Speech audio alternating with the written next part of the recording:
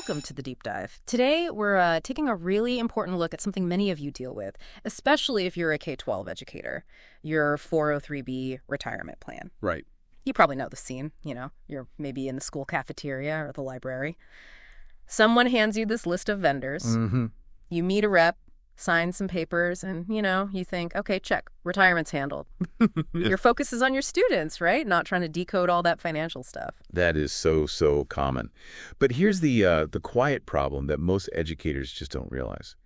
The K-12 403B world, well, it wasn't set up like a lot of other retirement systems. It was historically kind of fragmented, less regulated. Okay. And that basically created this opening, this vulnerability, made it a prime spot for, frankly, high-fee products and advice driven by sales goals, not always your best interest. And it just quietly chips away at your savings. Yeah, it's not just like one or two bad apples either. It feels pretty widespread. So our mission here today for this deep dive is really to empower you. We want to give you some clear tools, specific signs, really, to figure out if you might be in what we'd call a bad 403B.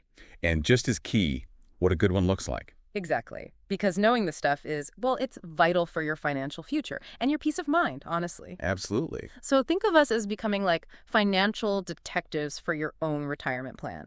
There are clues, sometimes hiding in plain sight, that your plan might not be, working for you. Mm-hmm. We've boiled it down to 5 main signs, 5 red flags. Let's dig into the first one. Okay, sign number 1. You just don't know what you're paying in fees. Yeah. The Government Accountability Office, the GAO, they found most K-12 employees, they're basically unaware of their plan fees. Why is that? Are they trying to hide them? Well, it's often because they're buried deep inside these really complex insurance contracts. They're just not clearly spelled out like you might see elsewhere. Okay, so what's the big deal if you don't know? Is it just a tiny percentage point here or there? No. Far from it, actually. Think about the difference between paying, let's say, 2% in total fees versus maybe a low-cost option at like 0.1% over a whole teaching career.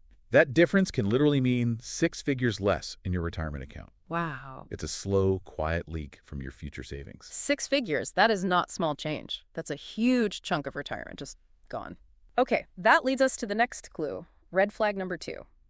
You might be in something called a variable annuity, and it might have surrender charges. Yes, this is a big one. Often a smoking gun. You need to look at your plan documents, see if you spot phrases like variable annuity or maybe mortality and expense risk.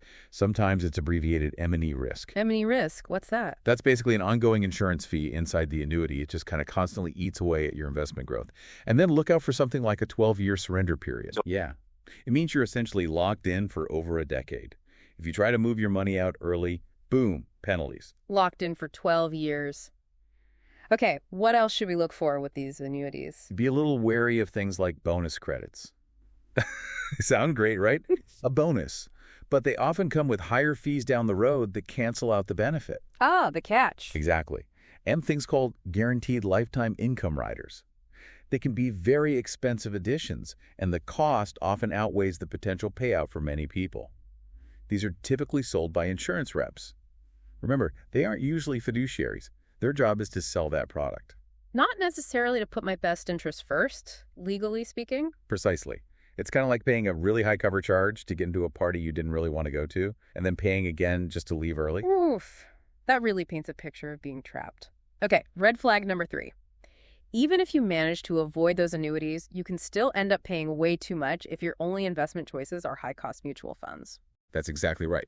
You might look at your fund options and see expense ratios of, say, 1.5% or maybe even higher. And what does that mean, expense ratio? It's the annual fee the fund charges, just for managing the money. But also look for things called sales loads. That's a commission you pay just to buy the fund, or sometimes to sell it, or maybe wrap fees, which bundle a bunch of costs together, making it hard to see the real price tag. Right, and you said 1.5% might seem small, but compared to what? Well, compared to low-cost index funds. Providers like Vanguard or Fidelity, they often have index funds with expense ratios around 0.03% to maybe 0.10%. Okay, so 1.5% versus like 0.1%. Exactly. That difference, that gap compounded year after year, decade after decade. We're talking potentially hundreds of thousands of dollars in lost growth over a typical teaching career. Hundreds of thousands. It really adds up. It really, really does. Which brings us nicely to sign number 4. Your advisor works on commission. Why is that automatically a red flag? I mean, aren't they helping me invest? Well, here's the key distinction. Most reps you might meet in a school setting, they're salespeople.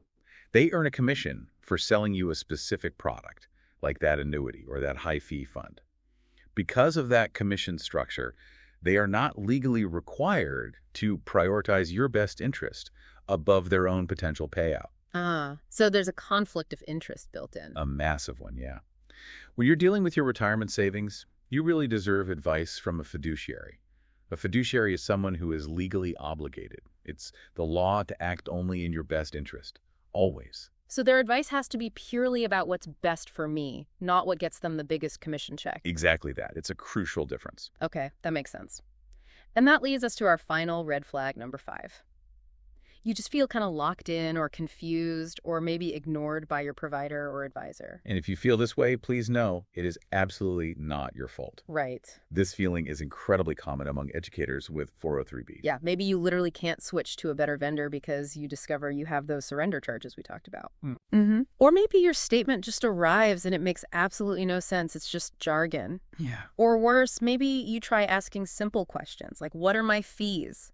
Or how is my account actually performing? And you just cannot get a straight answer. Maybe they get offensive or really vague, or they just stop responding, ghost you. Right. And this happens fundamentally because the K-12 403B market just didn't have the same kind of tight regulations as, say, 401k plans for a long time. It sort of grew up fragmented district by district, often dominated by insurance companies pushing those products. So the school districts themselves might not even know how to properly check out the vendors. Often they aren't equipped for that deep financial vetting. Yeah. So that approved list you get, it might just be a list of companies that filled out a form and asked to be on it. Some are good, sure, but some can be really problematic. So the list itself isn't necessarily a guarantee of quality. Not always, no. It's more like a list of who's allowed to sell in the district. Okay. Wow. So after hearing all these potential pitfalls, what does a good 403B actually look like? Is there hope here? Oh, absolutely. There is definitely hope, and good plans do exist. A good 403B will give you access to low-cost investment options, ideally things like index funds. Okay. Low cost? Your total fees, that includes the fund expenses, any admin fees, record-keeping, everything, should ideally be under, say, 0.50% all in. 0.5%. Under 0.5% total, got it. Crucially, no surrender charges locking you in. None. None. Fees should be totally transparent, easy to find and understand. There should be no sales commissions involved in the advice or the products. Right. And ideally, you should have access to a fiduciary advisor if you want advice. Okay, that's a really clear checklist. Low costs, no surrender fees, transparency, no commissions, and fiduciary advice available. So if you're listening and some of those red flags sounded familiar, what's the next step? What can you actually do? Okay, I'd suggest maybe 4 key things. First, make it your mission to find out what your current fees really are. Ask your provider directly for a full breakdown. You can also check resources like 403bcompare.com, which has data for many plans. Okay, find the fees. Step 1. Step 2, consider getting a free 403b review from an independent fiduciary advisor. Firms like, for example, K-12 Financial Advisors offer this.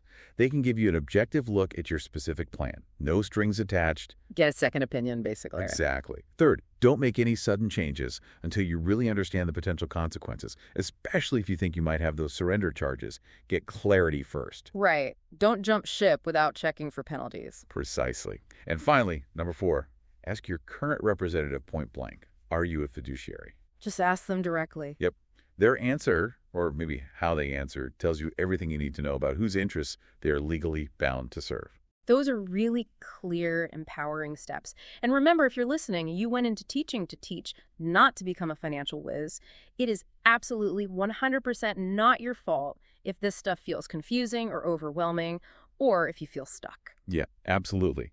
But the good news is you don't have to just settle for a subpar plan that might be holding back your retirement dreams.